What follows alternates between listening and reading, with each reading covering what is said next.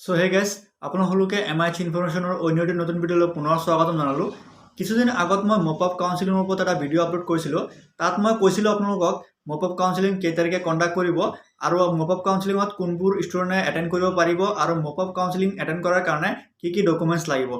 So আজিৰ ভিডিঅ'ত আপোনালোকক মই সম্পূৰ্ণ ইনফৰমেশ্যনটো দিয়াৰ কাৰণে চেষ্টা কৰিম, যিহেতু আসাম এগ্ৰিকালচাৰ ইউনিভাৰ্চিটিয়ে ডেট প্ৰভাইড কৰিছে কেই তাৰিখে আপোনালোকৰ মপ আপ কাউন্সিলিংটো কণ্ডাক্ট হ'ব। সো ভিডিঅ'টো ষ্টাৰ্ট কৰাৰ আগত আপোনালোকক মই ৰিকুৱেষ্ট এটাই কৰিম, যদি চেনেলটো এতিয়ালৈ ছাবস্ক্ৰাইব কৰা নাই তেনেহ'লে চেনেলটো ছাবস্ক্ৰাইব কৰি পেলাই বেল আইকনটো দবাই ৰাখিব, যাতে এগ্ৰিকালচাৰৰ কিবা আপডেট আহিলে আমাৰ চেনেলৰ পৰা আপোনালোকে দ্ৰুত পায়। সো বলক আজিৰ ভিডিঅ'টো আমি আৰম্ভ কৰোঁ।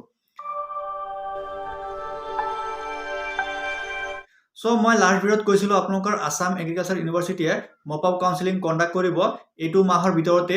সো আপোনালোকৰ মপ আপ কাউন্সিলিঙৰ ডেটটো অলৰেডি প্ৰভাইড কৰিলে 28 ডিচেম্বৰত আপোনালোকৰ মপ আপ কাউন্সিলিংটো কণ্ডাক্ট কৰিব আসাম এগ্ৰিকালচাৰ ইউনিভাৰ্চিটিয়ে। সো আপোনালোকৰ মপ আপ কাউন্সিলিঙত বহুত ষ্টুডেণ্টৰ কনফিউজন থাকিব পাৰে, মপ আপ কাউন্সিলিঙত কিমান ৰেংকলৈকে ষ্টুডেণ্টবিলাকে মপ আপ কাউন্সিলিং এটেণ্ড কৰিব পাৰিব।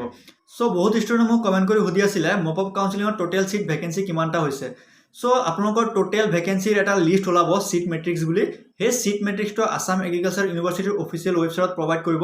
সো যেতিয়াই আসাম এগ্ৰিকালচাৰ ইউনিভাৰ্চিটিয়ে চিট মেট্ৰিক্সটো প্ৰভাইড কৰে মই ভিডিঅ' থ্ৰুৰে আপোনালোকক দিবলৈ ট্ৰাই কৰিম। সো আপোনালোকে যদি ভাবিছে মপ আপ কাউন্সিলিং এটেণ্ড কৰিব তেনেহ'লে আপোনালোকৰ ৰেংক কিমান আছে তাৰ ওপৰত আপুনি নাভাবিব। সো আপুনি জাষ্ট মপ আপ কাউন্সিলিংটো এটেণ্ড কৰক, কাৰণ বহুত ষ্টুডেণ্টে মপ আপ কাউন্সিলিং এটেণ্ড নকৰে। সো যদি আপোনাৰ ৰেংকটো বেছি থাকে তেনেহ'লে আপোনালোকৰ এটা চান্স থাকে চিট পোৱাৰ কাৰণে, কাৰণ মপ আপ কাউন্সিলিঙত মেক্সিমাম ষ্টুডেণ্টে এটেণ্ড নকৰে। সো যিবিলাক ষ্টুডেণ্টে এটেণ্ড কৰে মেক্সিমাম চান্স থাকে সেইবিলাক ষ্টুডেণ্টে চিটটো পোৱাৰ কাৰণে, কাৰণ মপ আপ কাউন্সিলিঙত একচুৱেলি বেছি চিট খালী নাথাকে। আপোনালোকৰ প্ৰত্যেকটা ডিপাৰ্টমেণ্টত 4টা 5টা বা 2টা 3টা, কিছুমান ডিপাৰ্টমেণ্টত এটা চিটো খালী থাকে। সো সেইটো ভাবি পেলাই বহুত ষ্টুডেণ্টে মপ আপ কাউন্সিলিং এটেণ্ড নকৰে। সো আপুনি মপ আপ কাউন্সিলিংটো এটেণ্ড কৰিব। আৰু বহুত ষ্টুডেণ্টে মোক কমেণ্ট কৰি সুধি আছিলে মপ আপ কাউন্সিলিং এটেণ্ড কৰাৰ কাৰণে কোনবিলাক ডকুমেণ্টছ লাগিব। যদি আপুনি প্ৰথম দ্বিতীয় তৃতীয় কাউন্সিলিং এটেণ্ড কৰিছে তেনেহ'লে যিবিলাক ডকুমেণ্টছ লৈ গৈছিলে ছেইম ডকুমেণ্টছ আপুনি মপ আপ কাউন্সিলিঙত লৈ যাব।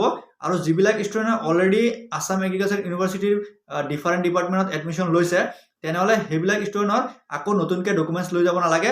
যি এডমিশ্যন ৰিচিপ্ট আছে সেই এডমিশ্যন ৰিচিপ্টখন লৈ গ'লেই তেওঁলোকে নিজৰ চিটটো আপগ্ৰেড কৰিব পাৰিব। আৰু আপোনালোকৰ 28 ডিচেম্বৰত মপ আপ কাউন্সিলিং কণ্ডাক্ট কৰিব আসাম এগ্ৰিকালচাৰ ইউনিভাৰ্চিটি যোৰহাটত। সো আপুনি যোৰহাট যোনটো অডিটৰিয়াম আছে তাতে গৈ পেলাই আপুনি প্ৰেজেণ্ট থাকিব। আৰু তাৰ উপৰিও যদি কিবা নতুনকৈ আপডেট প্ৰভাইড কৰে আসাম এগ্ৰিকালচাৰ ইউনিভাৰ্চিটি তেনেহ'লে আপোনালোকক মই ভিডিঅ' থ্ৰুৰে প্ৰভাইড কৰিবলৈ ট্ৰাই কৰিম। সো ভিডিঅ'টো সম্পূৰ্ণ চোৱাৰ কাৰণে ধন্যবাদ। আজিৰ কাৰণে ইমানখিনি।